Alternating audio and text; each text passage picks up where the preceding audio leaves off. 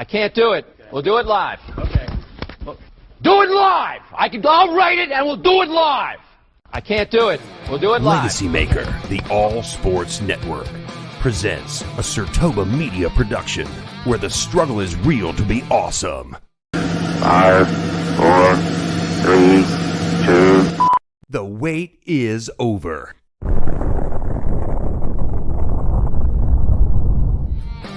So you're giving it to Dale Earnhardt Jr. because he piggybacked off of his dad's name. The only difference is because there was a junior at the end and not a senior. Yes, and Okay. because the fact is, Drew. Point with. Oh my God! I had Miami Heat winning last night. I was upset too when they lost. This with you because of the fact of what you. Get your popcorn ready. It's time for the In or Out sports debate with your hosts, Kyle Nash of the three-point conversion and Drew Willingham. Hello, everyone. We are live for episode 89 of the In or Out Sports Debate. I am your host, Drew Willingham, along with this week's very special returning panelist. Coming in a pinch, my man saved the day by keeping 89 alive for Friday.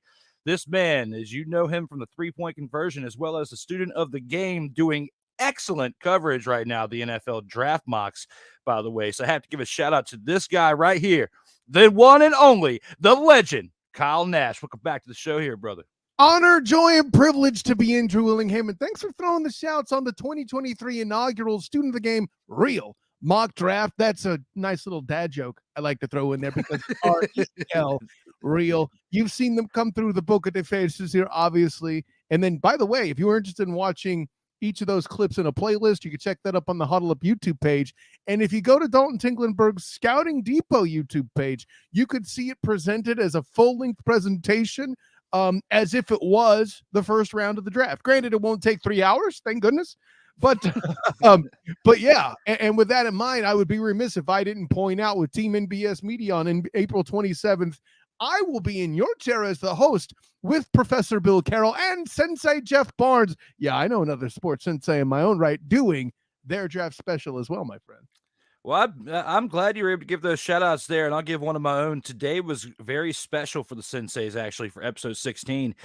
We are, as of tomorrow, going to be every Saturday at 2 o'clock p.m. in Atlanta, Georgia, on their radio station, WQEE, for their radio station. The Sports Senseis will be syndicated on Saturdays, 2 o'clock p.m. Eastern Time, so it was pretty big news for us today. So thank you, Snowman, for getting the ball rolling for that.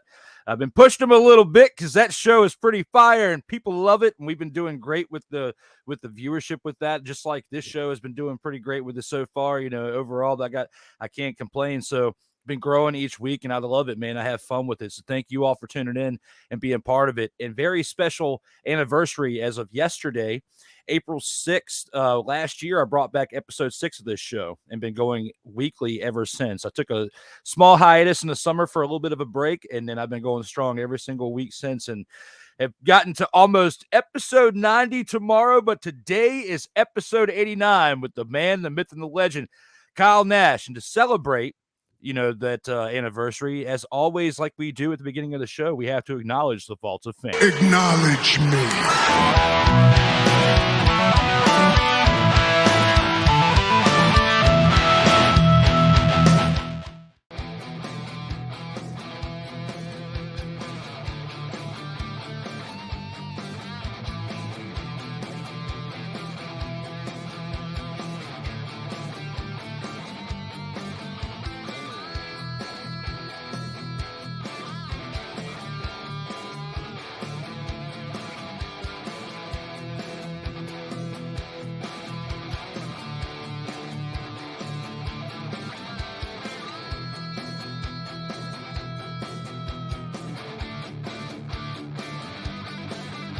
Man, you took me back. This is why this show was so important, and this is why I am personally validating and vouching for this show. If you are anybody in media, sports, professional wrestling, anything, you need to be on In or Out Sports Debate with my man Drew Willingham, because this has got to be one of the most fun things I've ever done in a long time.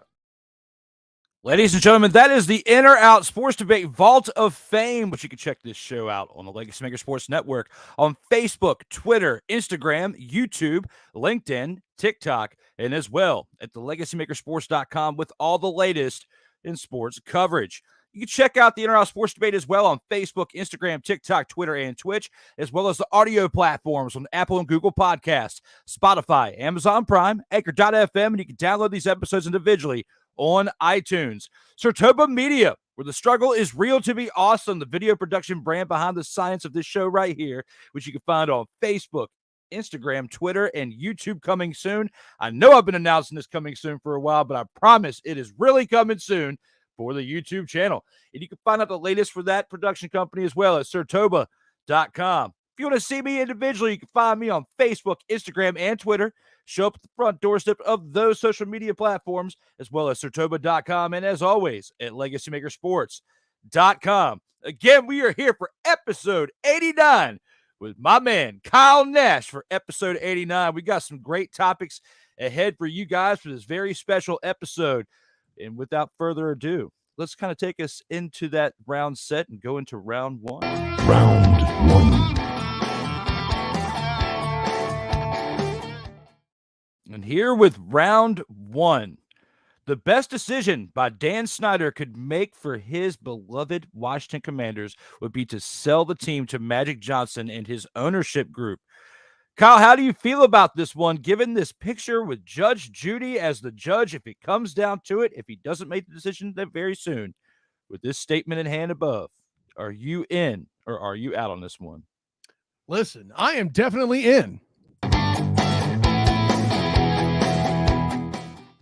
As this has been graphicked by Judge Judy, I'm going to quote another judge as I go in on this topic. Let's get it on. Mills Lane in the house, by the way. Anyways, let's get into this. So first of all, the reason why this is the best decision that can be made by Dan Snyder and the organization is because it's in the past. They've already botched the Red Tails. Sorry, Commanders, and how all that goes. Okay, so that's off the table. Otherwise, I would have said that's it. But yes, this is absolutely the best decision if they sell to Josh Harris with the minority ownership involved of Magic Johnson. The opportunity for an outright heel turn, not from heel, I should say, to, is there such a thing as a hero turn? You're the wrestling guy. You have the wrestling show. I don't know, but the punchline is this, my friend. Heel to face. Heel to face. There you go. Listen, and listen. It would be just as good a job as you did getting rid of Fat Kyle in the graphics for the Commanders to get that ownership where Magic Johnson's involved. And the reason why I can confirm that this is a big deal is there is another NFL front office personnel member that I actually had a chance to interview on this very topic. Not this past year in Phoenix, but the year before in Los Angeles when I was there for the Super Bowl.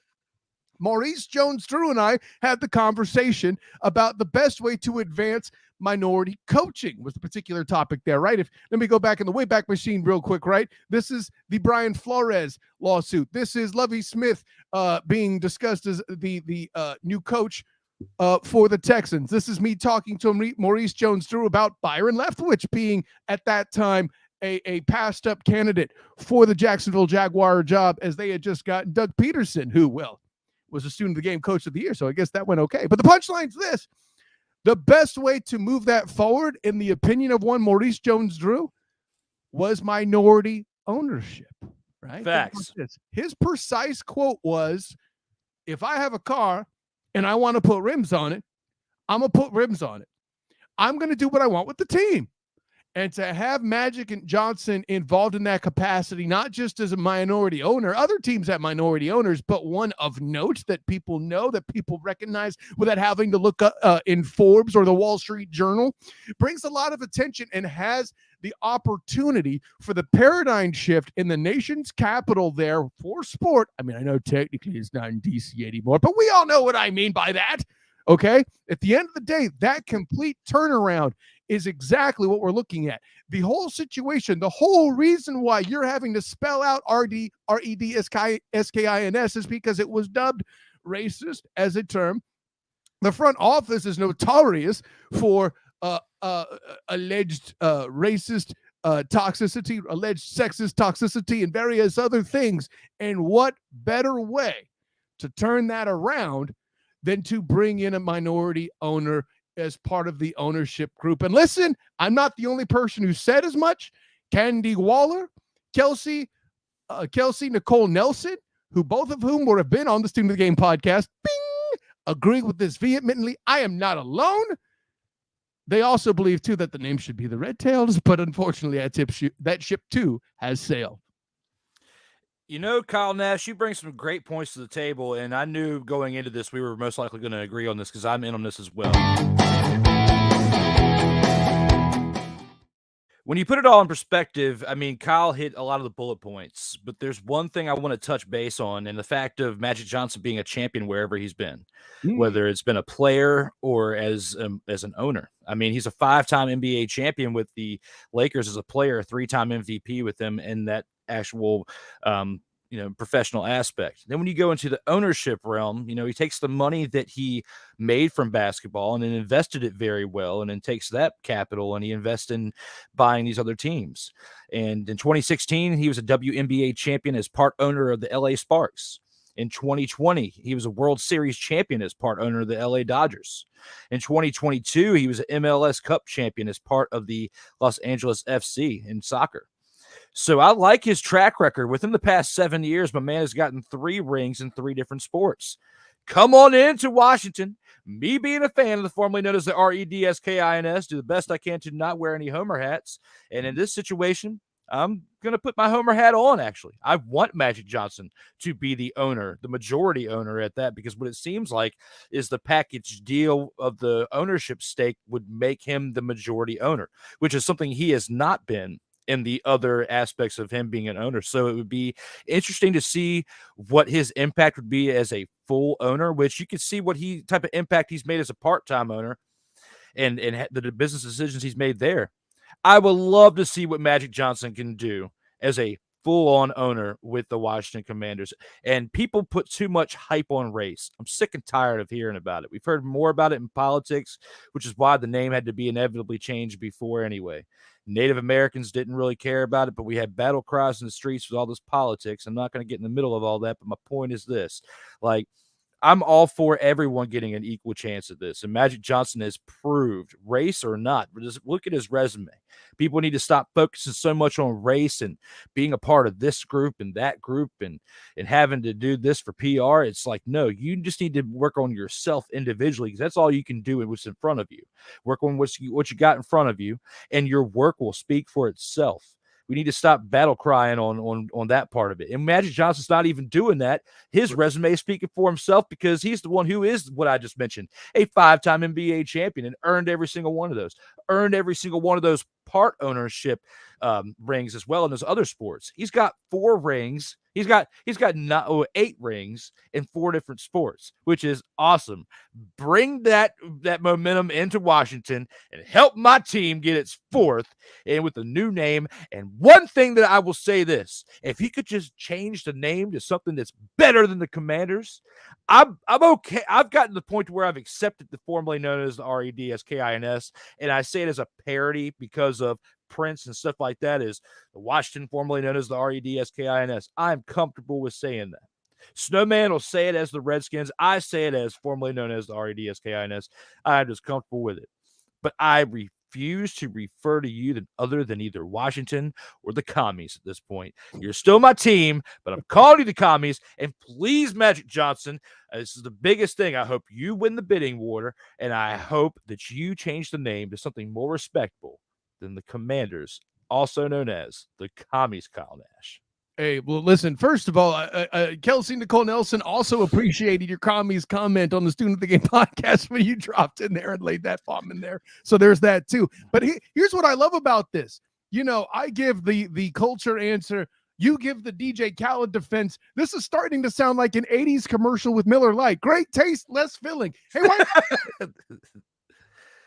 You're right. You're right. I can't argue with that. We've definitely touched base on this round 1 topic very well. Guys, let us know in the comments how you feel about that. Do you agree with us being in on the fact of this round 1 topic? We're going to go ahead and take this into round 2 and see what we got in store for this round as well.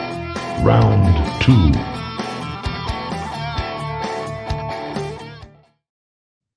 Let's take it into a little bit of XFL action there, Kyle Nash. And the DC Defenders' loss to your Orlando Guardians last week will motivate them towards an XFL championship this mother-fathering season. How do you feel about this one, Kyle? Do you agree with this statement in hand for the DC Defenders? Are you in or are you out on this one? I'm absolutely in. Listen, I had the opportunity from moment one and post game of that amazing upset that feels like it could have only happened on April Fool's Day, when 37-36 was your final score and the Orlando Guardians achieved their first franchise win, handing the undefeated Defenders in their first franchise loss and what ended up being the highest scoring game in XFL history in this rendition to this point. And let me be clear, I looked right in the face of head coach Reggie Barlow and said, hey, listen, is there a relief now that you got the loss out of the way? Now, like any good coach, he said, I wouldn't call it relief, but there's a certain element of a weight being lifted. And granted, he had mentioned that, just winning every game every week, like after about week 3 or 4 for him, it kind of got exercised. But listen, this is a team that has won on a particular style of clean football. There's some football out there in the XFL where there's been too many penalties of late. Please see the Orlando Guardians. And they're in their first game where they had fewer than 10 penalties since week 1. They won the football game against a team that's undefeated. Yep. Jordan Tiamu came out in the past 2 games and has thrown his highest totals in passing yards thus far. The only place really where the Defenders struggled is one time not living up to their nickname, defense, and giving up 37 points to the now white hot, apparently, Quentin Darmody, who has a group of receivers that are just all over the place. You can distribute the ball everywhere, and a tight end who is now second in yardage in the XFL. What? Yes, a tight end. I said it. Cody Latimer's a bad fathering tight end. There you see. But all of the above to say, listen, I'm also abundantly familiar with a lot of the backfield as they played in the American Athletic Conference. I have seen them come into Orlando, and Orlando travel there on TV. As I say Orlando, I should really say the UCF Knights, as I've covered them for the black and gold banneret. Bing! Jordan Tiamu is a great athlete. He never had the opportunity to pass the ball this well. De'Aaron King was a guy I liked when he was playing in Houston, and then when he transferred to Miami, I liked him playing there until he had that awful injury in the bowl game. I believe it was the there would still been the Camping World Bowl back then. Anyways, punchline's this: Raquel Armstead is a guy who I saw in Jacksonville Jaguars camp in 2018. I believe it was. I knew these guys were going to make noise in the ground, and that front offensively and their ability to open holes has maintained a ground game that has done amazing things. And Lucky Johnson as a receiver has also lit up as Jordan Tiamu's gotten better. I'm with you. This is going to be the stiff kick in the butt saying, okay, this is what happens when you decide not to put full force. Granted, I can see why even a professional athlete overlooks 0-6, but this is going to be a great road. And by the way, look out for the Orlando Guardians. Their schedule up front, pretty brutal compared to some of the others out there. But as they go through to the rest of the XFL South, I would see at least one more W. And if you talk to Coach Terrell Buckley, they have a chance to win out and make themselves potentially playoff relevant. I said it. I agree with Kyle Nash on this, and I'm actually going to throw a little bit more sauce on it. Going in to this mother-fathering game, Kyle's beloved Orlando Guardians were 0-6. They were 0-6. They were 0-6. What? I can't say it enough. They were 0-6. What? Stone cold. I told you. Can't say it enough. What? It's getting pissed. Say what again? Say what again? Look what you started already now, Kyle Nash. Us having to talk about this Orlando Guardians team. Us having to talk about the fact that you left that out. That's why I have to get so amped up right now. 0-6 coming into this game. And you have a DC Defenders team that is 6-1. I mean, now 6-1, but they were 6-0 coming into this contest against an 0-6 team. 6-0 and 0-6 is not usually a recipe for a decimated victory, which, even though I say decimated to make it sound like they got destroyed, they did get destroyed in hope, because you go into this game thinking you're going to beat this team, and you took it probably a little bit too easy on them, and you got embarrassed at the end of the game.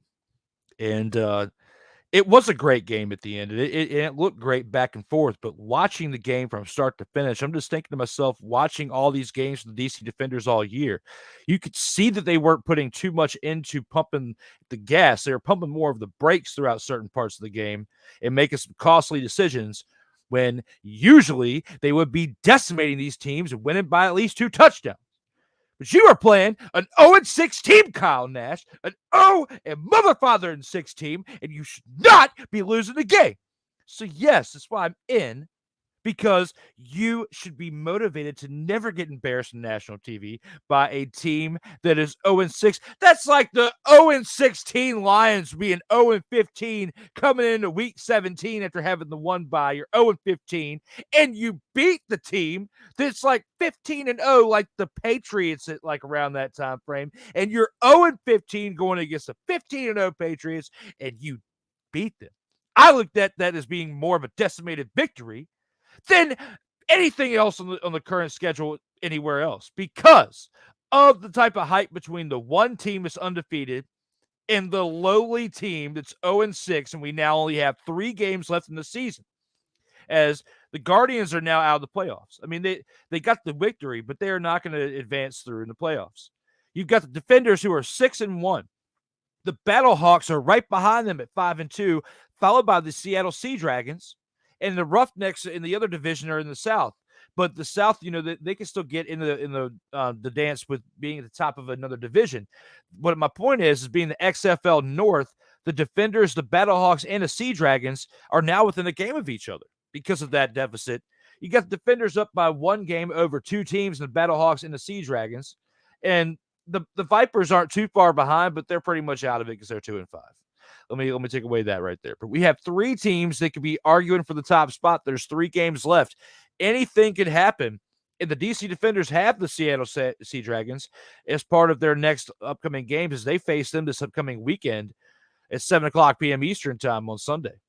Then we've got Arlington Renegades the following Sunday, and the San Antonio Brahmas, which I can't even say should be an easy victory, because you would think that, unfortunately, against the Orlando Guardians. But with me putting sauce on it, I have to say the Orlando Guardians won this motherfucking contest against the Defenders, and that's why I'm so amped up right now, and I had to throw some extra sauce and ingredients with you, Kyle Nash. Oh, that was beautiful, Drew Willingham. By the way, listen, the thing you got to remember, too, is Reggie Barlow, after the game, said that he had seen the Orlando Guardians building each week. Now, he would have preferred the explosion to victory not happen against him, but he also, in true Ned Stark fashion, saw that winter was coming. Granted, somehow he did so at the end of March, beginning of April. Oh, beginning of April, yes. And if you're preparing for a team and you're leading up to facing an 0-6 squad as an undefeated team, and you don't happen to notice that it's on April 1st, I can't help you, my good friend. By the way, don't worry too much about the Brahms there, Chief. You know who their new quarterback is now, don't you?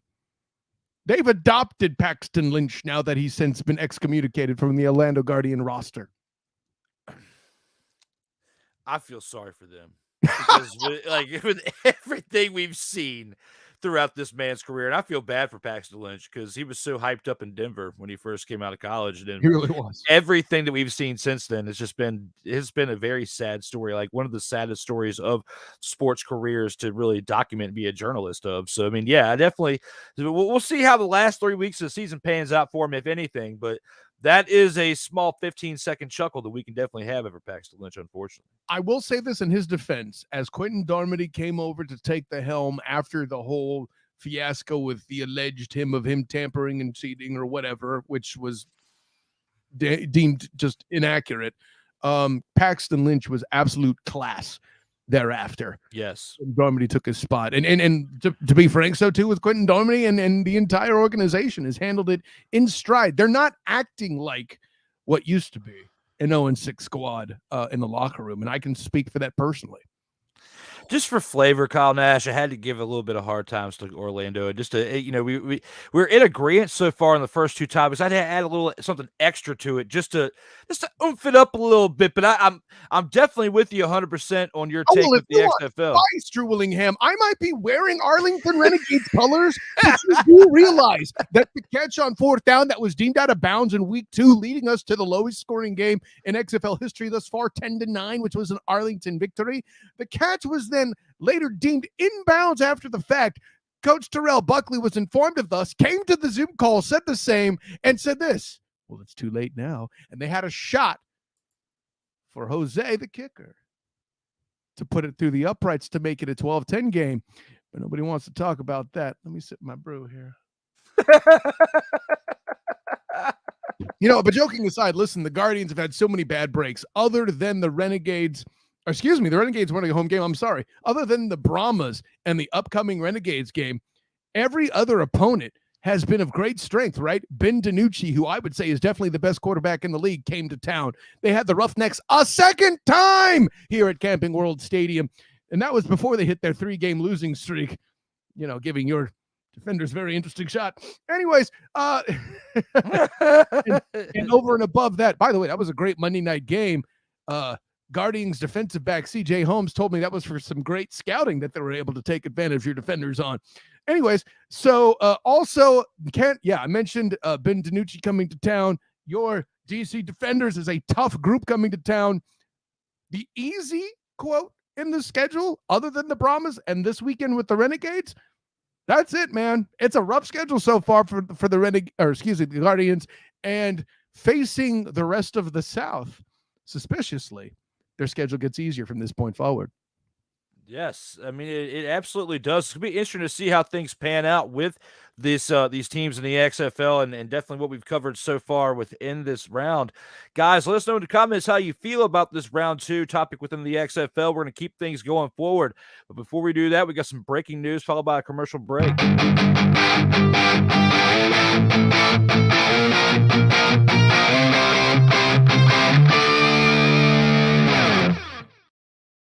And that breaking news is this. Tomorrow, Saturday, April 8th at 8:35 p.m. Eastern Time, the first Trios edition of the In or Out Sports Debate since episode 70, so 20 episodes in the making. The first Trios edition since then. Chris Dietz of the Fifth Down Sports Show joins myself, as well as the 16-time Vault of Fame inductee, Joey Raymond, this Saturday, 8:35 p.m. Eastern Time for episode 90 of the In or Out Sports Debate.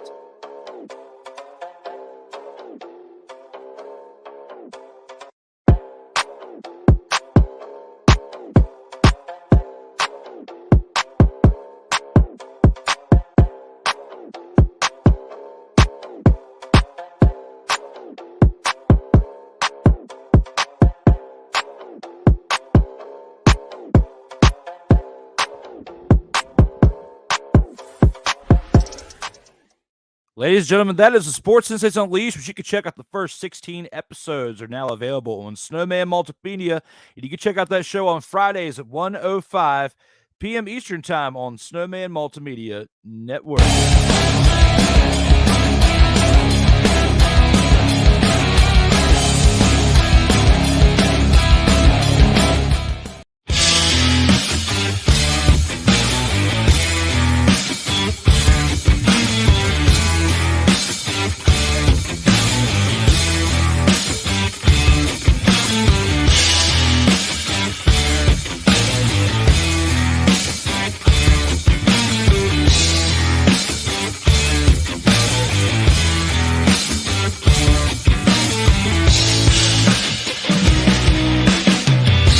This episode of the In or Out Sports Debate is brought to you by Peanut Butter and Jealous.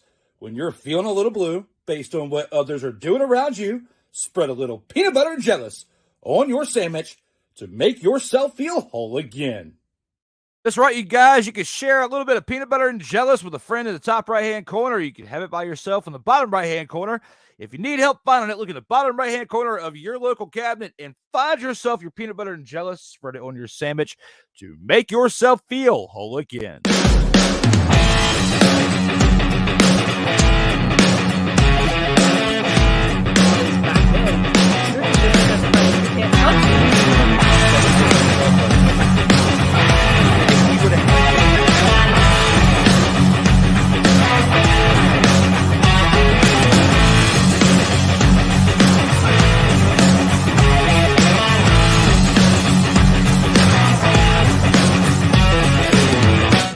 Ladies and gentlemen, we are back for episode 89 of the In or Out Sports Debate. I'm your host, Drew Willingham, along with the returning three-time Vaults of Fame inductee, Kyle Nash, the student of the game of the three-point conversion. Welcome back, my man. We've gone through 2 great rounds so far, and we have another 3 to go. Let's go ahead and take us into round 3 and see what we got in store for that one. Round 3.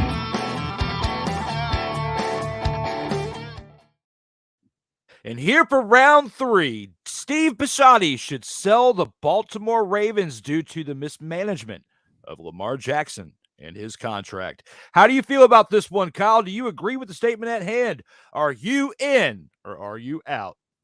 Oh, look, more Lamar Demetrius Jackson talk. Oh. On this statement, I am out.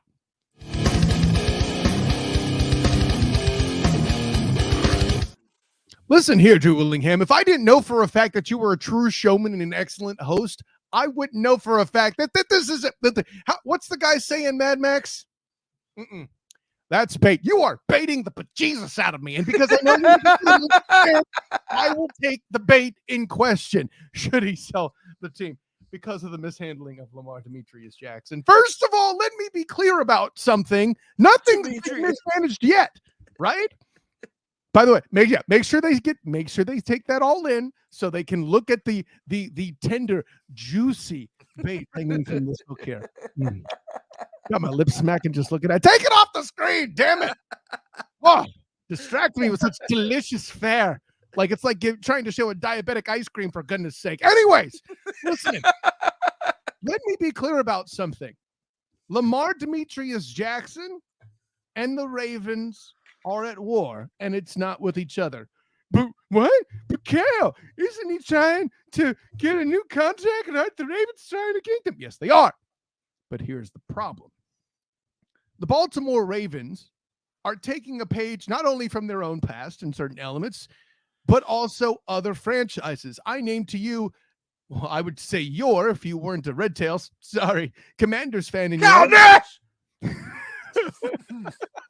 in your own right, but the way that you love and enjoy one Thomas Patrick Edward Bieber Brady.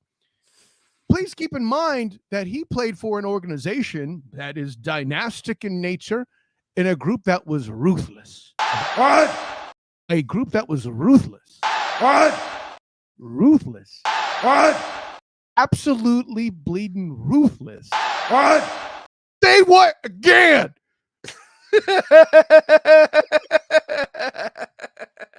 I wondered if you'd do that again to set me up. Anyways, absolutely ruthless about cutting dudes when they were trying to ask for the bag. Such examples include Ty Law, Lawyer Malloy, Richard Seymour, who just this past summer I interviewed surrounding his Hall of Fame induction. You don't pay players that big. But Kyle, Drew Willingham's going to tell you about Thomas Edward Patrick Bieber Brady. He will. And he'll also remind me about how he didn't go for the bag in a fashion that Lamar Demetrius Jackson did. Lamar Demetrius Jackson is trying to possess guaranteed money, and I support Lamar Demetrius Jackson in his quest for the bag. Let me be clear about that. This is not me saying I have a problem with him going for that salary in the fashion that he's asking for it. Granted, I would definitely advise him against being his own agent. Whole other question. But Lamar Demetrius Jackson, unfortunately, is not dealing with the Baltimore Ravens. No, he is battling against the Cleveland Browns and the Minnesota Vikings. Wait, what? Yeah, we all know about the Browns and the Deshaun Watson situation there. Boy, I have not seen a contract as universally loathed to that extent that I can remember since I've been covering sport, and I can argue watching sport, okay? But where did the Vikings come into this? Maybe handing Kirk Coupons the bag and giving out an all-guaranteed contract to somebody who is far inferior talent. Now, why should the Ravens be penalized for the stupidity of other franchises, sir? No, they shouldn't. Matter of fact, the Ravens have taken the responsibility of resetting the market in the proper direction of not fully guaranteeing a quarterback. Now, I'll grant this. I sympathize with the Ravens from the standpoint of Lamar Jackson being Michael Vick-esque in that he's awesome and will get your team better, but you will see him missing some games. Don't worry, they have a good backup in Tyler Huntley, just the same way that the Falcons had one Matt Schaub. Yeah, that guy that threw a butt ton of pick sixes as a starter. Great backup in Atlanta. Check your history. But the punchline's this, my friend. Just because other teams made mistakes, including the Cardinals with Kyler Murray, doesn't mean the Ravens should be left holding the bag. And the Ravens obviously still want Lamar Jackson. Why else would they have made the tag unexclusive? It's going to go like this, in my opinion. Here's what we're experiencing right now. Lamar Jackson is doing an impression of about circa 2008 Kobe Bean Bryant. Yes, Kobe Bean Bryant, right? What, basketball? Follow me on this. Follow me on this, Drew Willingham. In 2008, Kobe Bean Bryant did something that was tantamount to going on Twitter like Lamar Jackson did in that day. He went on the Stephen A. Smith show and said, I want to be traded. Guess what? Lamar Jackson is doing that now. And all we're seeing here is that state and time when Kobe Bean Bryant asked for a trade. Now, will it end the same for the Ravens as them maintaining Lamar Jackson as the Lakers did with Kobe Bean Bryant? We still have yet to see that. We're still going on it. We can't call it mismanagement yet because he's still in the damn building. And there's still a chance that they land him for a more appropriate price. Kyle Nash brings one hell of an argument to the table here. But we can't agree on everything. And for the sake of debate, I'm in!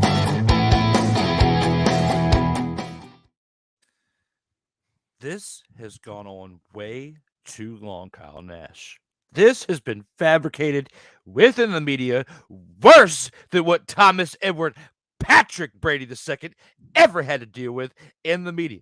And you are one of the first people, if anyone, that I have heard say his whole name, Lamar Jackson. And it just rolled off the tip of the tongue like mine does for Thomas Edward Patrick Brady II.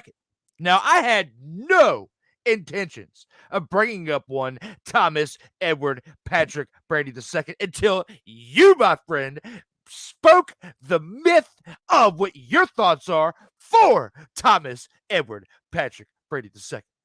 Now, as a filler, I'm going to have to use more Thomas Edward Patrick Brady II because you brought his name up in your argument.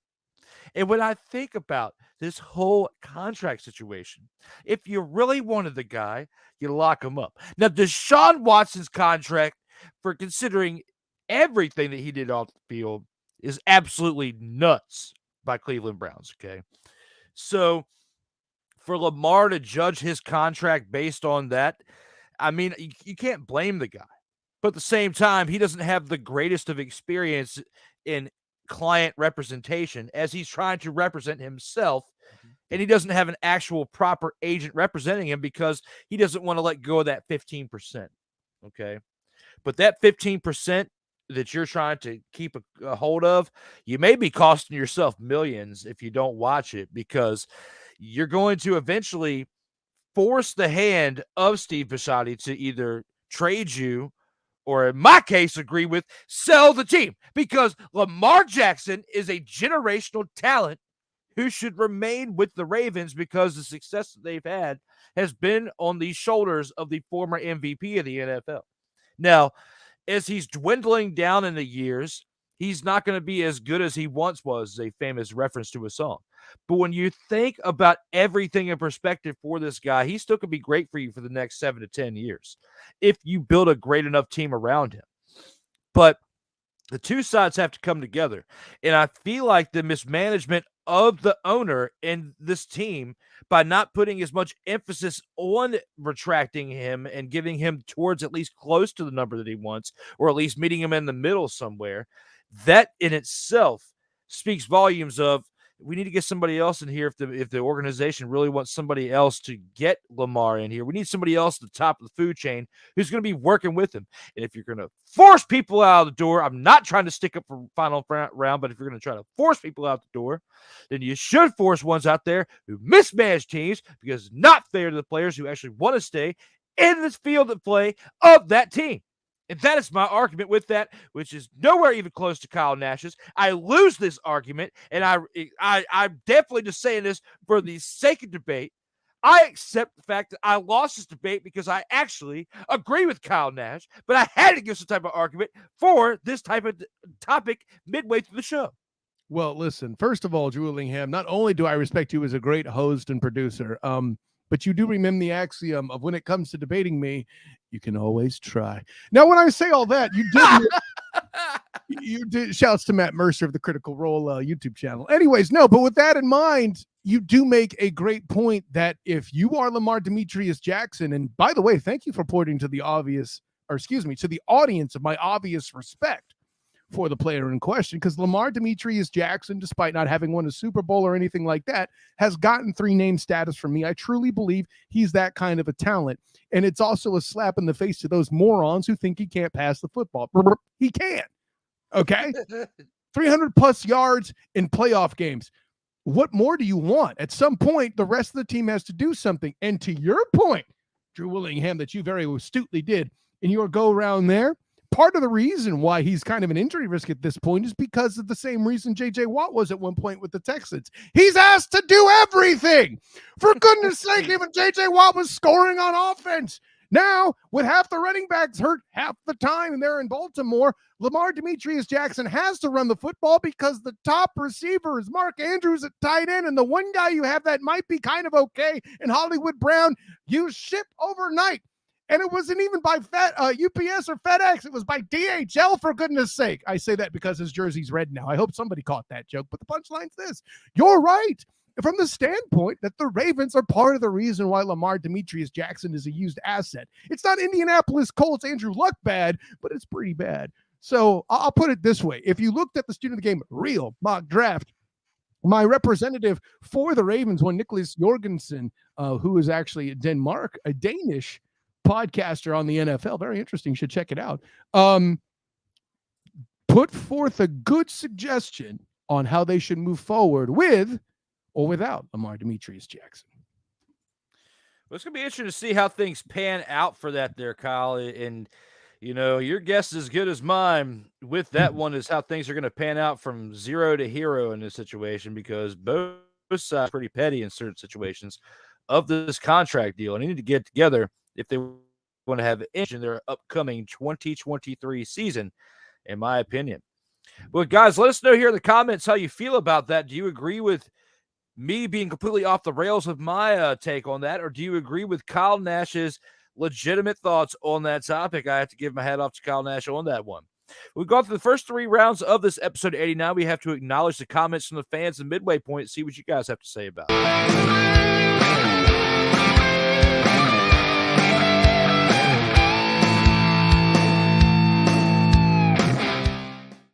And here at the midway point of the show, Kyle Nash, you know the deal. We have to acknowledge what our fans have to say so far. Some of it's good, some of it's wild. You know the deal. Here it is. Ike Doesn't Give a Fuck is back in the building. Says, what's up, fellas? Well, what's up there, Ike? Welcome back to the show. Darrell Owens, my man, is back. Congrats, fellas. My man to the LegacyMaker Sports Network. And listen to the time frame that he said that was when we were talking about the radio deal for Sports Sensations. That's fucking cool. Oh, sorry. I didn't even mean to say that, but that's just how excited I am. Cool. Yeah, it's mother fathering cool here on Friday. I'll have to edit that one out. Here we go. Darrell is back with Drew and Kyle. Episode 89 will be fire. absolutely every episode with Kyle Nash is fire because there's not many people that can keep up with me energy-wise, as he gave me that great compliment for me to himself back in the day as well. So I take that pridefully, and I have to come guns blazing, ready to go for Kyle Nash. Hey, by the way, I got to give my dude a real quick shout when we're talking about fire. Darrell Owens was fire representing pick 15 for his Green Bay Packers on the Student of the Game Real mock draft. I know we have to touch base on that again because remember you bringing that up to me a while back, and I need to jump gun on this and try to throw a pick your way at some point. But we'll talk about that in the future. But I definitely see where that was definitely awesome, and Darrell crushed it as always with his pick 15. And he says, Judge Judy with a laughing emoji. Yes, Judge Judy for this round one was epic, and I had to throw old Judy up in there for round one. Great, we had great that. graphic. Great graphic. Now, our follow comments of that, Darrell says, should have been the Red Wolves. They missed a golden opportunity. 85% of fans watched it according to the team itself. I know. Okay. All right. God, Darrell, I mean, see, here's the thing. You know a dude long enough and you feel good about him. It's only a matter of time before he does something, and you can only hope he's built enough stock for you to take the disappointment. This is that thing. Red Wolves, golden op. Stop it!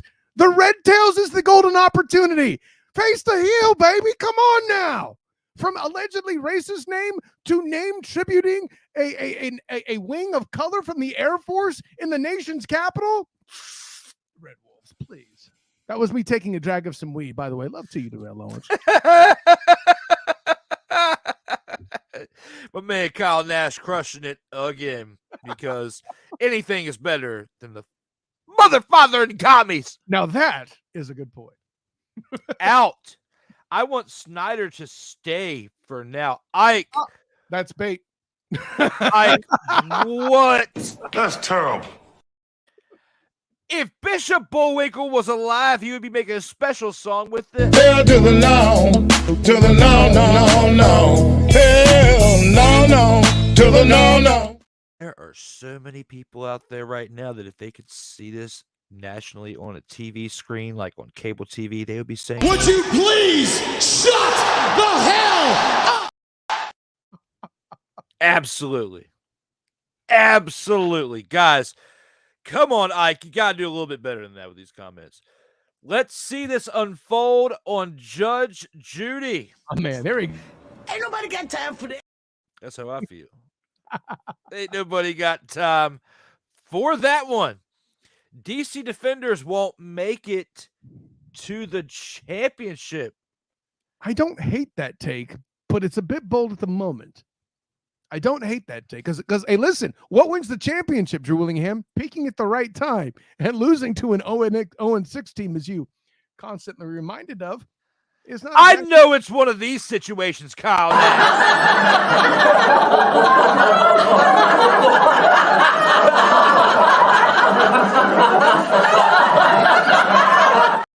But don't you get it twisted, because the DC Defenders are still looking at everybody else in the league in this current moment and saying this. You may claim to be the best in the world, but I'm better than you.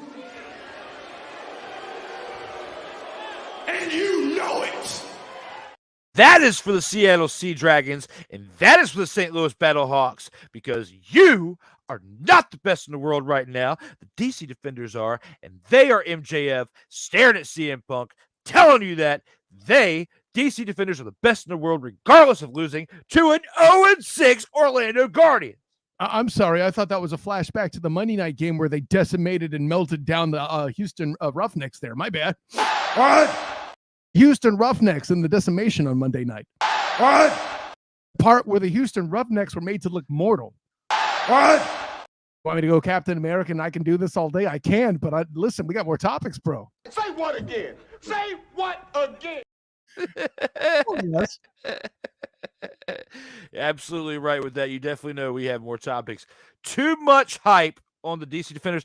Ike, that you are like somebody doing this in my head right now. Rest in peace, Sam Kennison, my man. But guys, you cannot be doing that out here in these streets. Ike, calm down. D. Willie is wild. No, you are wild right now. Ike, you want to say I'm wild with my take. Your take is wild. Mickey Delaney, my man, is here. Says hi, Drew, and hi, Kyle. There's only one thing I can do for my man, and that is say I'm glad that you were here there, man.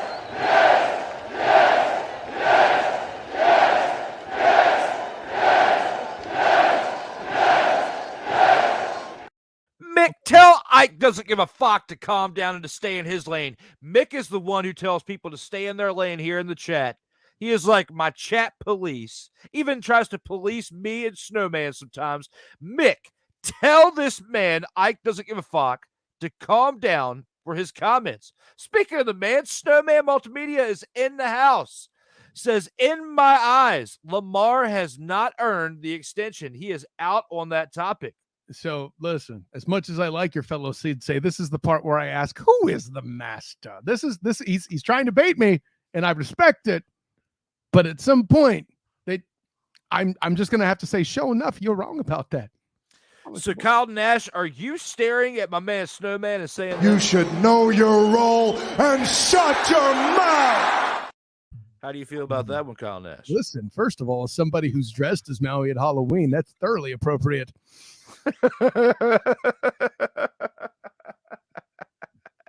Just saying. Kyle Nash, it's like you're staring at Snowman and saying that. Come after me. I'm a man. I'm 40. I am looking forward to UCF playing him, so I might have a post game with the mullet once again. Thank you for dropping the Mike Gundy drop, sir. You can't handle the truth. Says Kyle Nash. Moving forward, the next comment is Lamar is trash, guys. Hold on. Come on now. Hell to the no, to the no, no, no, no. Hell no, to the no. Even Stephen A has this to say. Stay off the weed. And you're getting really motherfather and close to me saying this about your ability to comment on this show. You're fired. I don't know. That name is pretty dope. I mean, it is a dope name. Ike doesn't give a fuck. I love saying it. It is a pretty cool name, but you have got to calm down with the comments there. Ike, Mick is back and says, you're off the track, Drew Willingham. I mean, he didn't recognize that you were doing it for the show. And he was trying to save you from being thrashed by me. You know, I am a real American.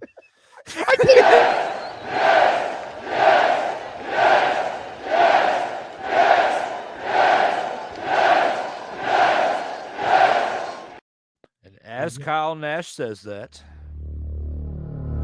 I am a real American. It's not wrong, folks.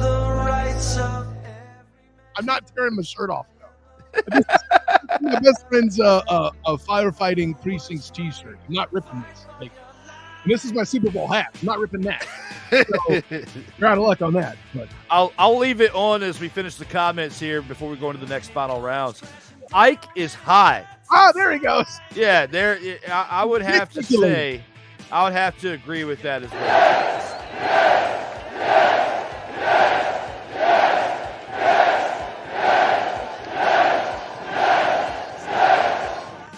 Moving on, Drew, DC cannot hold my jock strap. What just happened? There's a heel turn. Mick, you are, it's like Mick shows up and does this.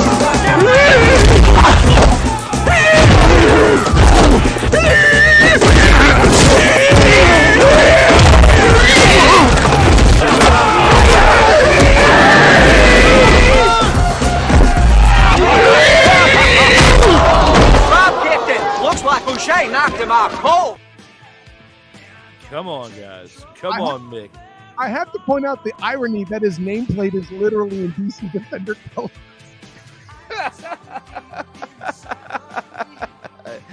Absolutely. Absolutely, I have to agree with that. Ike, calm down and stay in your lane.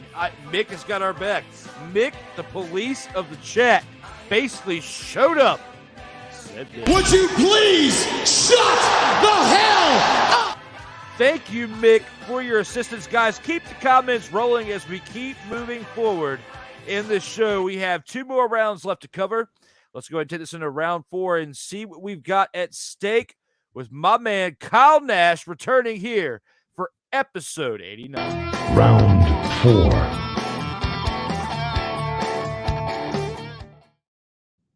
And Kyle, for round 4, the By the Number segment, Steve Smith Sr. is the greatest athlete to ever wear the number 89 in all of sports history. How do you feel about this topic at hand and this guy in this photo? Do you agree with number 89 being best worn by Steve Smith Sr.? Are you in or are you out on this one? As a guy who covers the team that came in the same year that the Carolina Panthers in, this may shock you. I'm in. Steve Smith Sr. as perhaps the most best representation of what a receiver in the NFL should be. Speed, talent, and swag. The only thing he might be missing is height, but that Napoleon complex made him dynamite. See what I did there? Got to understand, guys, his biggest season is over 1,500 yards. And who was it that thundered that number to him with the ball? Was it Cam Newton? No. Jake Delhomme. You guys remember that juggernaut that took that shootout game in the Super Bowl against Thomas Edward Patrick Bieber Brady in what might have been one of the weakest NFC representations that aren't the Chicago Bears in NFL history? Yeah, I said it, but it doesn't mean I'm disrespecting that Carolina Panthers team. What I am saying is this: the 1 year he rattled off a clip of 1,000-yard seasons. And one reason he didn't get there in a particular year when he wasn't injured, well, let's just say his passing life was in a bit of a pickle as he was dealing with Jimmy Clausen, okay?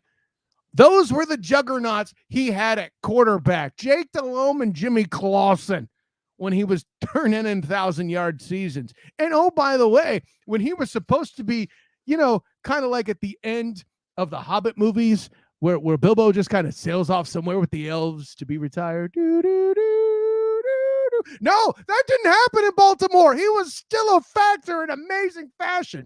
Maybe he's not 157 like Thomas Edward Patrick Bieber Brady winning Super Bowls in Tampa, but he was darn sure over 100 at the time he was contributing with the Baltimore Ravens in what was still probably the most physical division in the league. People are going to look at numbers and get tied in them. Maybe he doesn't have the most number of this. Maybe he doesn't have the most number of that. He may not have as many 1,000-yard seasons as Jimmy Smith, one of the most underrated players in history. I said it. Who probably should be in the Hall ahead of Tony Baselli. No offense to Tony, but he agrees with me, by the way. But Steve Smith at 89 is the best player to don the jersey number in question. I got no problem with that. Kyle Nash, I'm disappointed in you. Very mother-father and pointed in you. I have to disagree. I'm out.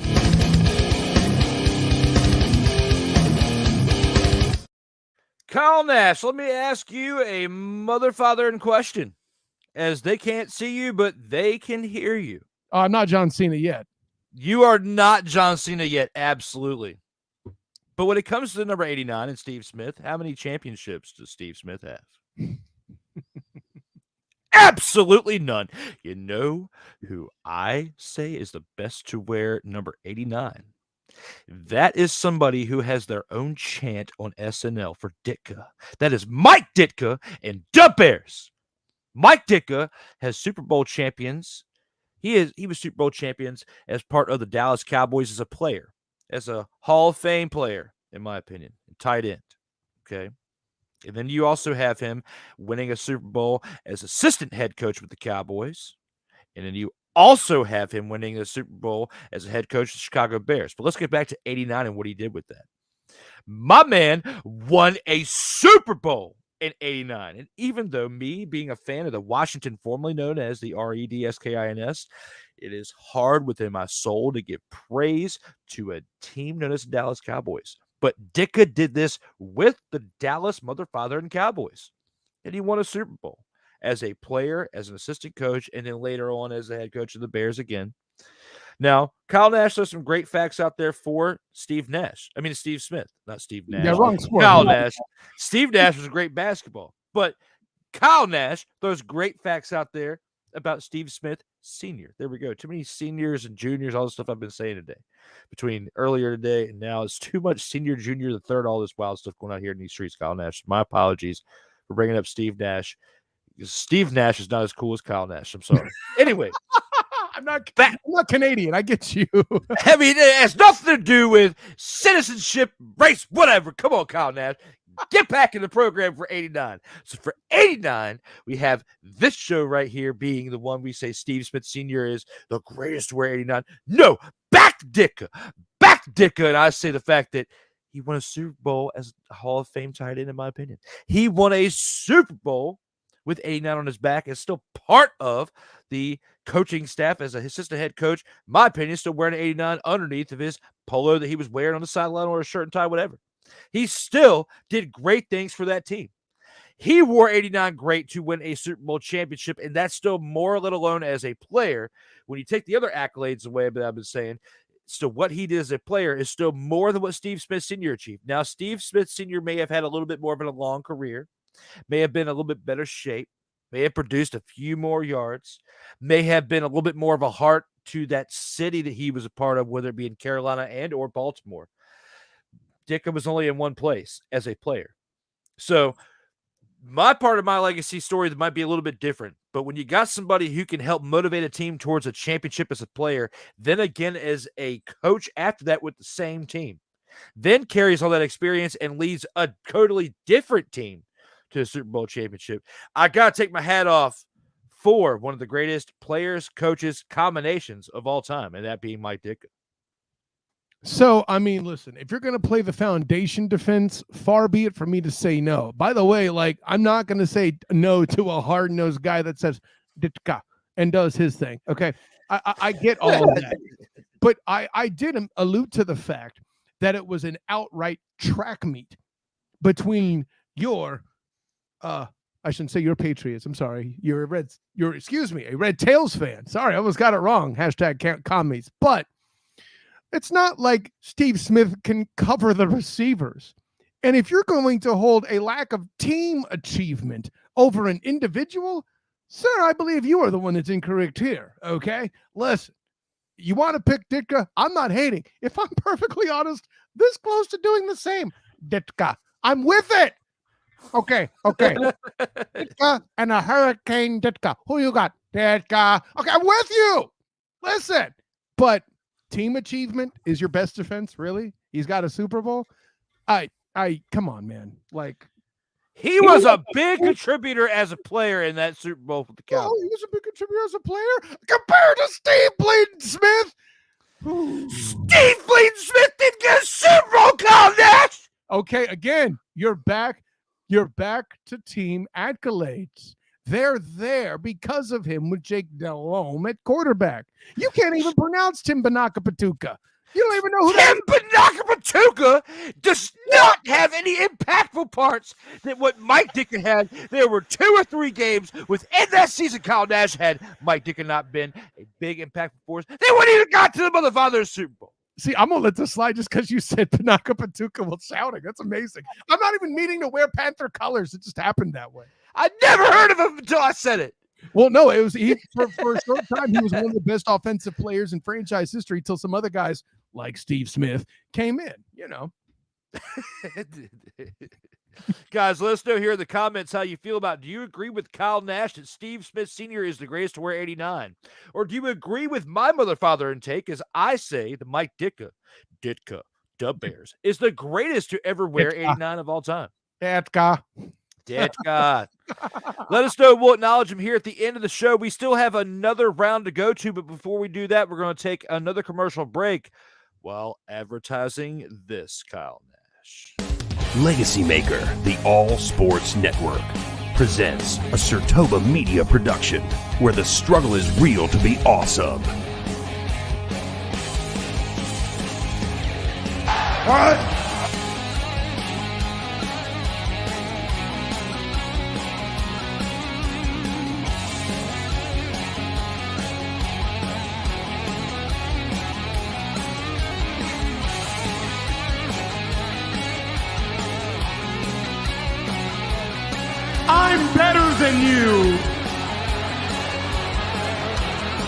and you know it.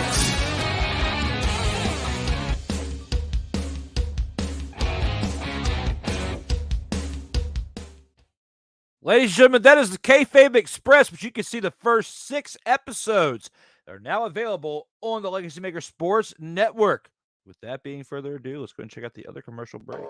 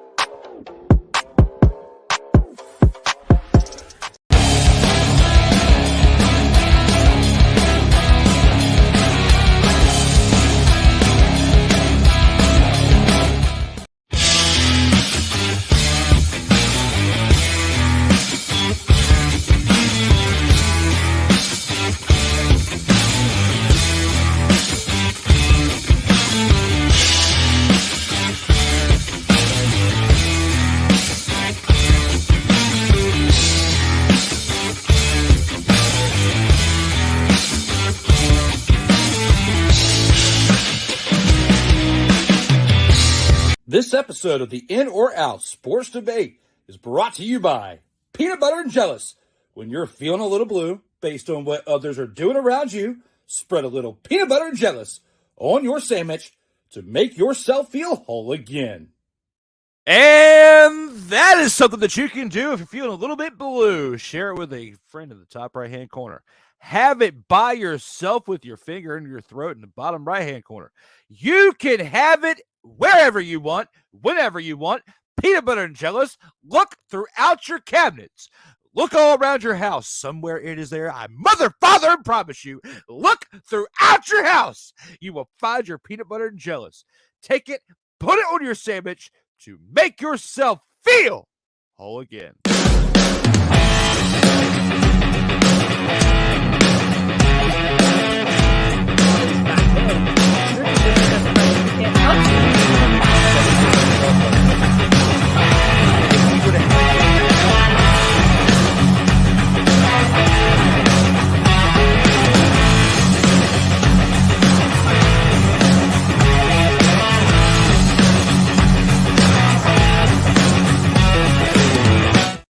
Ladies and gentlemen, we are back for episode 89 of the In or Out Sports Debate.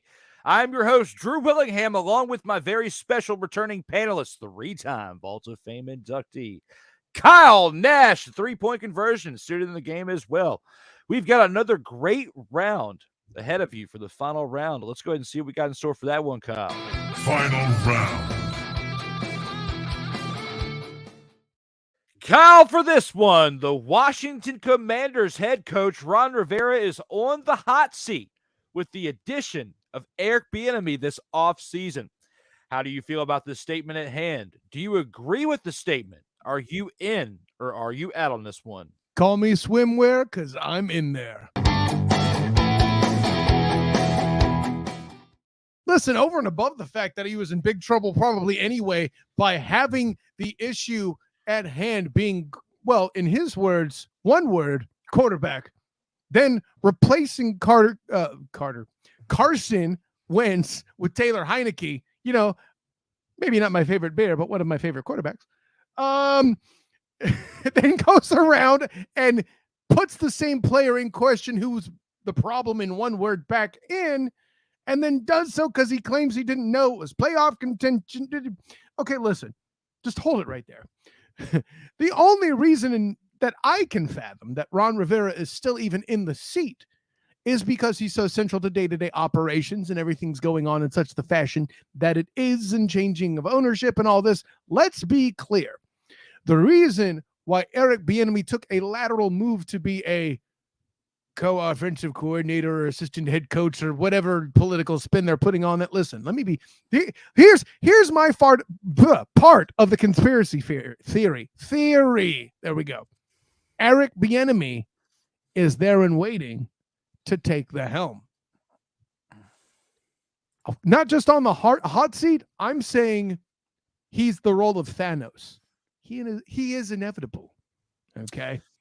I don't know why else Eric Bieniemy, other than to, avoid stagnation, I guess, would take that lateral move to Washington. And this is no disrespect to your commies by any stretch of the imagination, Drew Willingham. I had the opportunity to talk to Eric Bieniemy, and he had some great things to say about advancing minority coaching and all of that. Not to mention, I am plenty guilty on not only my own podcast, The Student of the Game, but also with my good friend Ernest Christian on the Earnestly Speaking podcast, of many times saying that I find the Riverboat Ron man overrated as a coach. And listen, I respect all the personal stuff he's overcome, but Cam Newton bailed that cat out plenty of times in Carolina. Okay? At the end of the day, I think it's time for a fresh start, and Eric Bieniemy is a part of that. In fact, the only thing I have problem-wise, air quotes, with what's going on here as far as making the full change is that the ownership group will not take over fast enough to work to acquire Lamar Jackson. So yes, I said it. I believe Ron Rivera is on the hot seat. Oh gosh, Kyle Nash. Give in to the dark side. You want cookies. You agree with this statement that you were in, and I look at this one, and it's time again for the sake of debate. I'm out!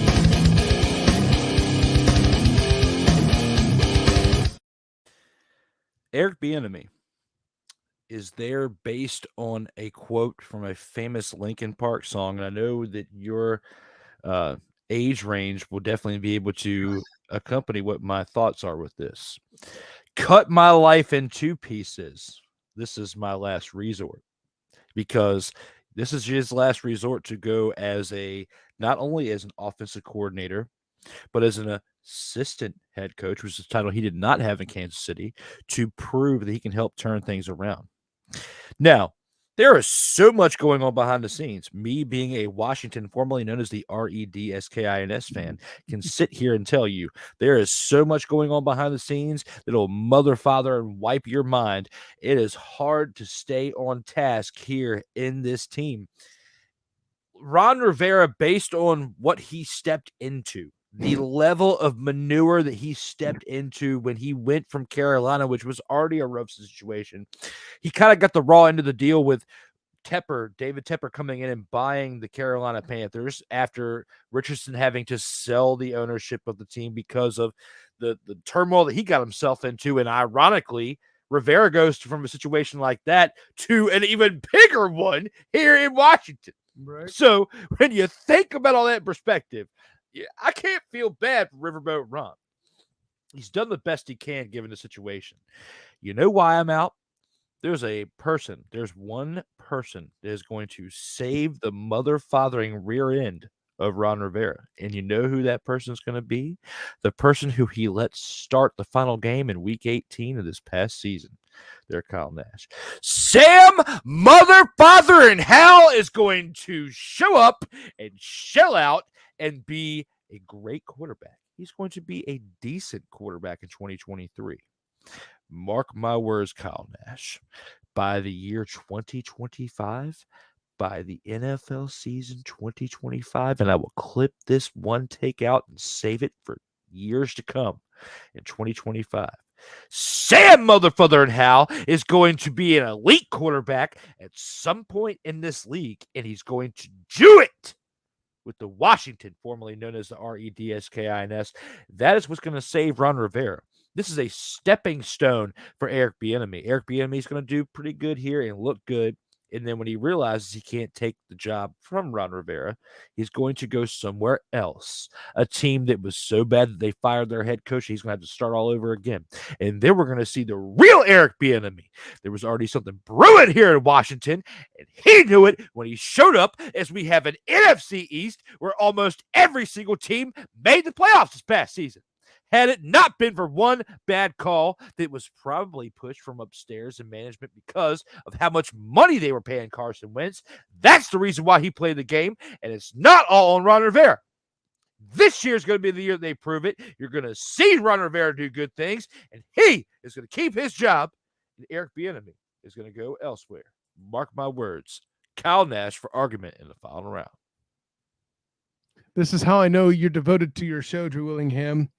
You came up with such a take that was painful in a fashion that it made me howl.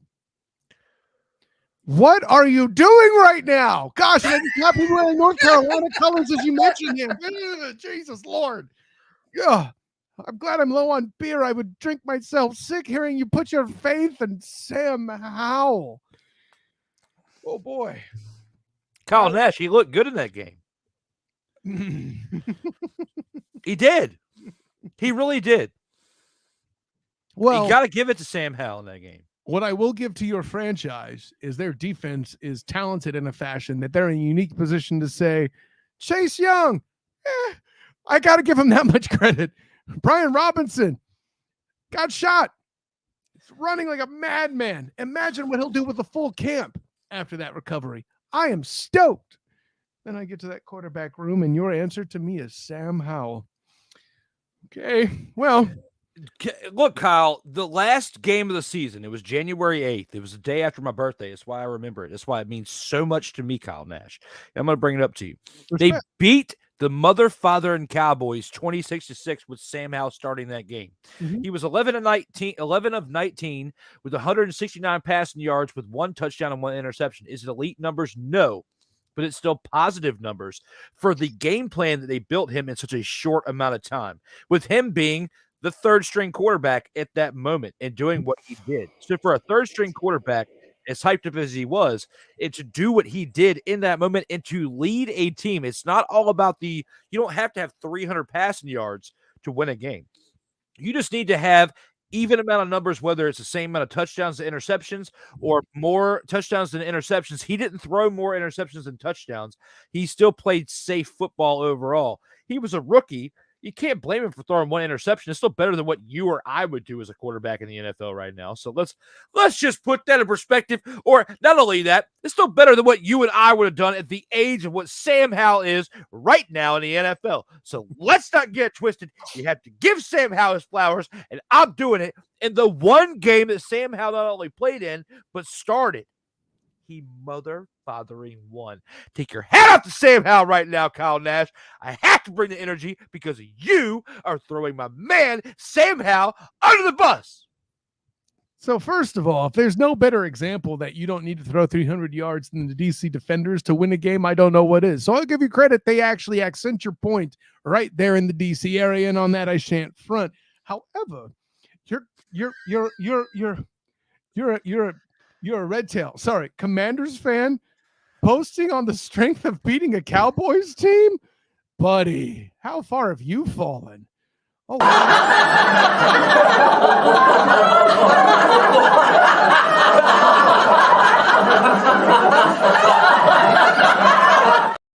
You're right, Kyle Nash. That's why they're laughing at us right now. Yeah, thank you for that clip live from the locker room of the 49ers every time they face them in the playoffs. Anyways, so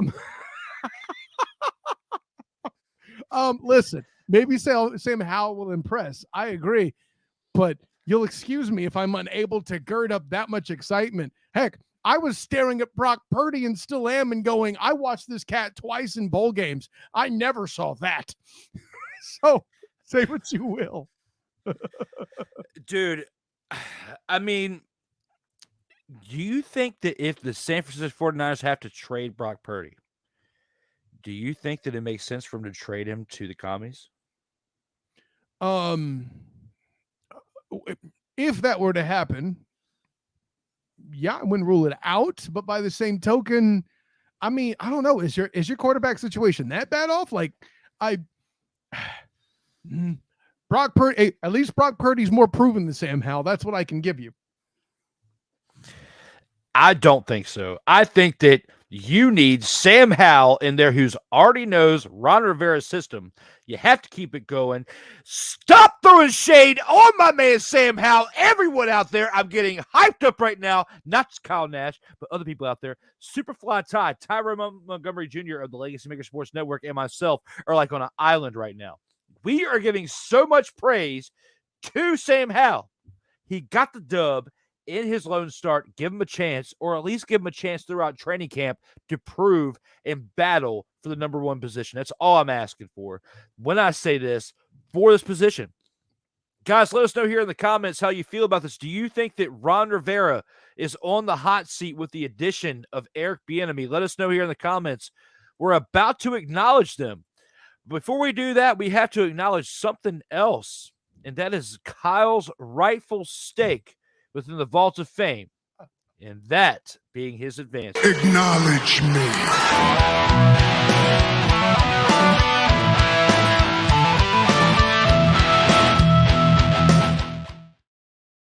And as a result of episode 89, Kyle Nash is now a 4-time Vault of Fame inductee with episode 89. Thank you to Kyle for being here 4 times on this show, as he has now moved up in the leaderboard to 4th place. He was presentably in 5th place, but now he's moved to the 4th place as we have Joey Raymond in 1st place with 16 appearances. Rob Johnson in 2nd place with 14. Darrell Owens in 3rd with 5. Legends known as James Brown, Corey Mann, and P. Alexander with Kyle Nash in the 4th place position. Dwayne Allen, Michael Bish, Brian Snow, Cody Stewart, Lamont Thomas, and Brian H. Waters in 5th with 3 appearances apiece. And tied for 6th place, 7 panelists are tied for 2 appearances apiece, as we are now in episode 89's conclusion.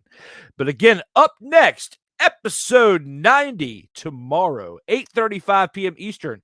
Chris Dietz and Joey Raymond join me for episode 90 at 8:35 p.m. Eastern time.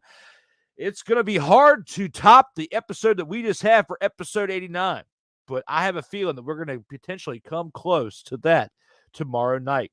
Guys, you can check this show out on LegacyMaker Sports Network on Facebook, Twitter, Instagram, TikTok, Twitter, and Twitch, as well as Facebook, Instagram, TikTok, Twitter, and Twitch for the In or Out Sports Debate you can check out as well. And the audio platforms on Apple, Google Podcast, Spotify, Amazon Prime, Anchor.fm, and you can download these episodes individually on iTunes.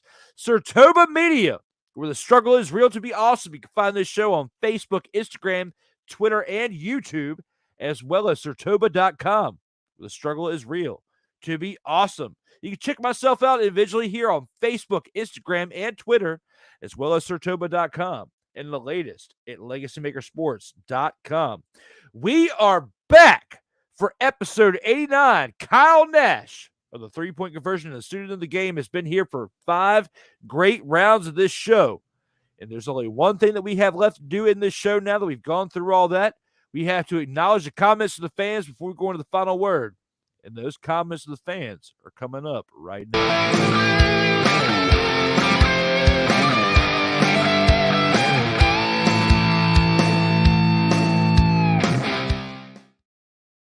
Kyle, the fans have been keeping things lit up here in the chat throughout this show.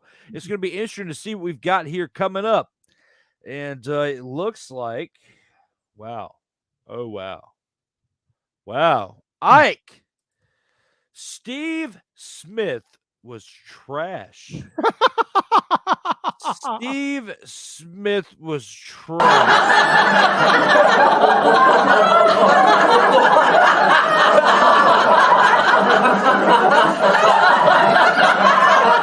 The Wonder Bread Choir is laughing at you, Ike. That's bait. Yes. You want to bait us? I'm going to bait you right there, Ike. Ike, guess what? You just made the list. Oh, no, it got real. Oh, no. Would you please shut the hell up? And you just made the list was originated by that man right there, Chris Jericho. So, yes, Mick knows his wrestling. Mick is the man, and thank you, Mick, for that comment right there. Mickey comes back with, come on, Drew, get your Nash right. Are you high like Ike? No, I am not high like Ike because, Stephen A would be saying, stay off the weed. And nobody needs to talk to me like that. I'm a man. I'm not 40, but I'm getting close. Come after me. I'm a man. I'm 40. Facts, bruh. Facts. So come on now. All right. Ike comes back with Ditka was before my time and trash too. That's bait. Like it has. You should know your role and shut your mouth. Best to wear 89 was my grandpa in hockey.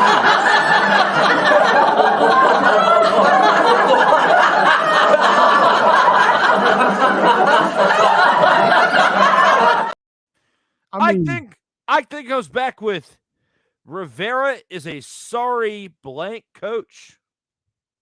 I mean, I'm not here to say he's wrong. I like the guy. I just don't think he's a super great coach, man. Like, you know. Damn! Listen, come on, man. I'm dealing with like Nathan R. Jessup, baby. Hell to the no, to the no, no, no, no. Hell no, no, to the no, no. Come on, guys. Y'all are being way too harsh, my man Ron Rivera, right now. It's really upsetting me out here in these streets. Ike comes back with Rivera sucks. I'm in. There's been so much hate on this, and I am feeling this right. Ain't nobody got time for that. But you know what there, Ike? Most people feel this way about it. Ain't nobody care. Who cares? Ain't nobody care. Come on, bro. Come after me now. Come on now. Mickey Delaney says this. Your comments are a dumpster fire blank show, Drew. Apparently, our comment cop is stepping in. Well done, Mickey. Yeah, thank you, comment cop. That's a great nickname for him there, too, there, Kyle Nash. The comment cop is definitely holding it down out here in these From the streets. hip, son. From the hip. From the mother, father, and hip.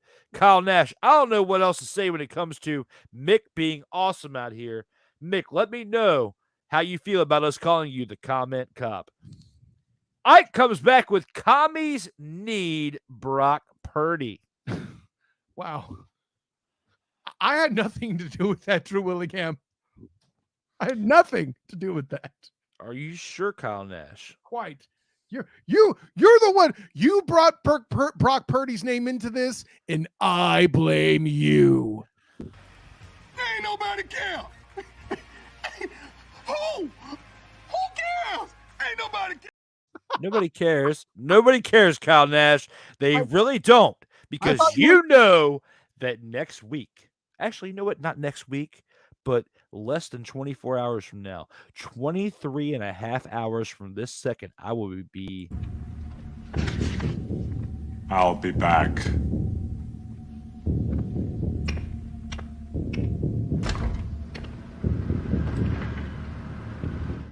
With episode 90 and ready to rock, my man. Listen, I thought you would respect the John Cena reference that wasn't connected to women's basketball. My bad. I did.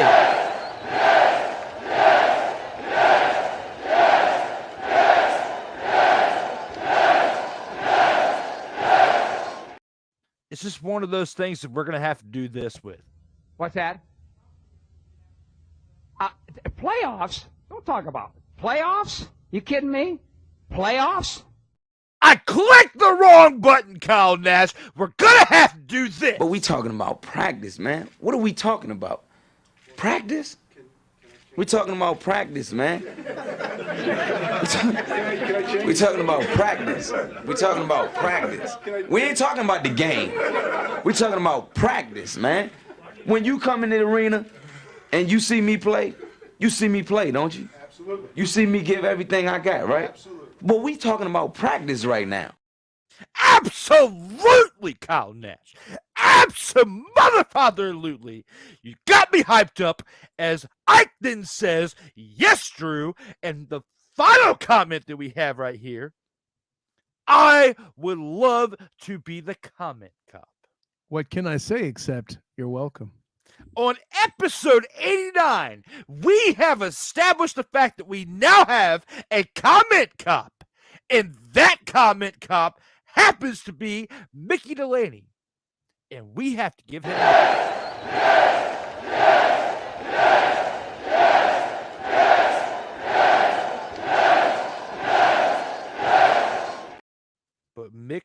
careful out there, because if you don't do your job like you've been doing your job, you have laid the path out there, a tremendous path of what our expectations are at this point.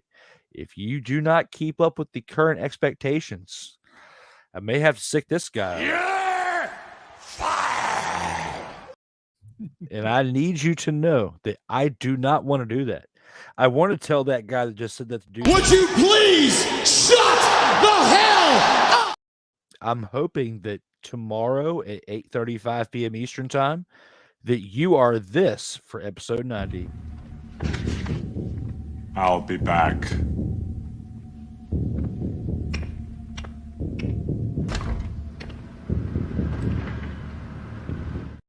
Keep it coming, fans. I love this. Know your role like a stay in your lane. Know your role, Drew. You're fired. I'm fired. Wait, but who the hell is going to run the board? Come on, Mickey. Exactly. I'm fired. I'm the one that's the podfather. I'm the podfather of this show. Okay? So you want to fire me. That's just like my man Sam Kennison showing back up doing this. Talking about the podfather? Talking about the podfather, Mick? Ain't nobody got time for that. For real, bruh. Damn! I don't care what you say, Mick. Tomorrow. I'll be back.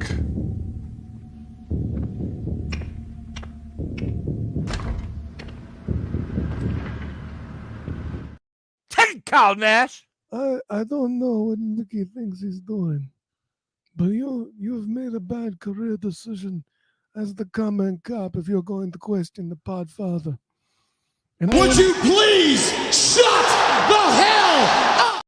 And I don't even know why I'm talking like I'm the podfather, because I am not the podfather on this show. But you're doing it well. Keep it up.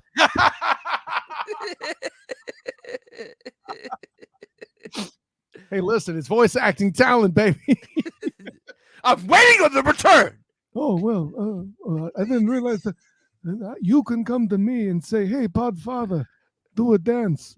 And just because I'm on the In and Out show for the sports debate, where when you and I debate, the only winner truly is America, you're going to come in here and tell me to talk to you like you're the podfather. It's because you're right. It might be one of the few times you've been right compared to me on this show, but you are in fact right. And for that, I will do you a favor sometime. You can't handle the truth. Absolutely, Mick. You cannot handle it. That's terrible. And I need to handle it. Come back tomorrow, Mick. Be the Podfathers. Special comment cop. Ooh. Do it out here in these streets. Guys, we've had one great episode here. Wait a minute. I'm sorry, Drew. You just made him the comment consigliere. Very good. Kyle, definitely with a fire right there. Guys, we've had one great episode here for episode 89. We've only got one more thing left to do, and that is the final word.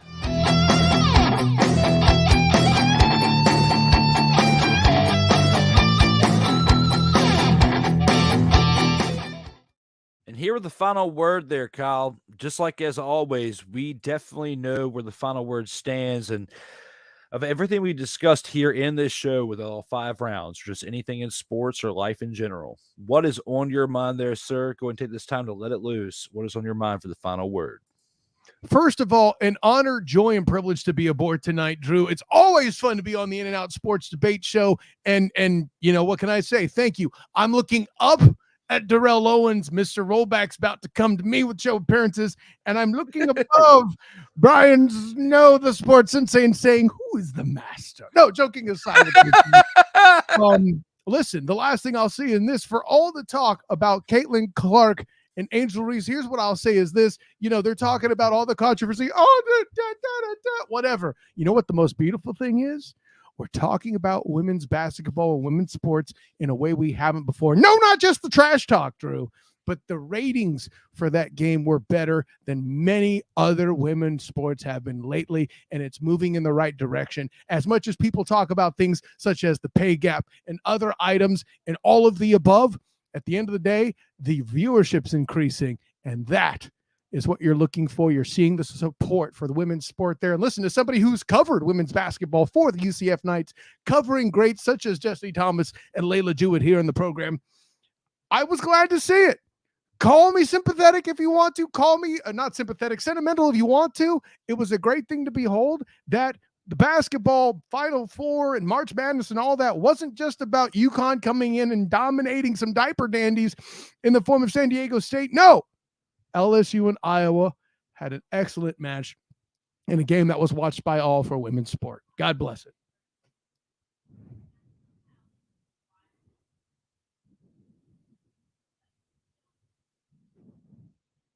Oh, you're on mute, big man.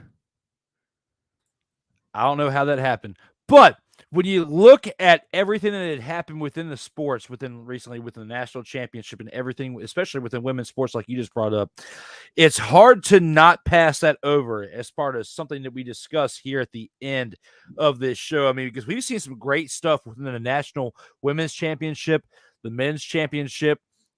MLB is now here. We got the XFL wrapping up their season. The NBA is wrapping up their season. There's a lot of great things happening within the sports right now. Plus, on top of all that, we have the NFL draft. And when you think about everything there, and especially the student of the game's great coverage of the NFL draft, I have to throw that out there for one. Okay. But when I take everything and I put it into a whole of a final word, I brought this up at the beginning of the episode, and that was the anniversary of this show. We're creeping up. We're 2 months away from saying 3 years for this show, for the In-Or-Out Sports Debate, but we are just a day removed. Yesterday was the 1 year anniversary from when I brought this show back from a 5-episode start. And it would have been a year since I had started it up, a year and a half or whatever. And then I brought it back last year on April 6th for episode 6. And episode 6 from April 6th of 2022 to now being episode 89, a day later on the anniversary. 366 days later, we now have 89 episodes. Tomorrow we'll have episode 90. Guys, it's been one hell of a ride. And with that, I know you saw the first 88 episodes at the beginning of the show, but for the first time out of all 89 episodes, I'm going to show Kyle Nash's impact here for 1 through 89. Acknowledge me.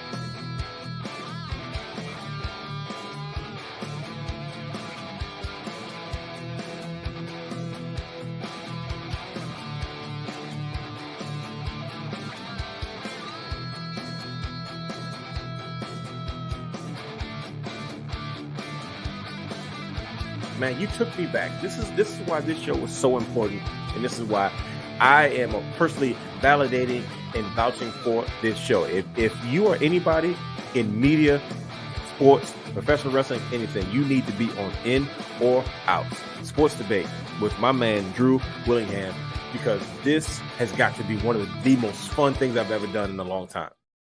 And there you have it, the first 89 episodes on display for the 89th episode of the In-Or-Out Sports Debate. I am your host, Drew Willingham, for Kyle Nash of the 3-Point Conversion, my man right here to my side. Thank you all for tuning in for the final word for the first 5 rounds of this show. Everybody, do me a favor before we get out of here. Stay safe out there in these streets.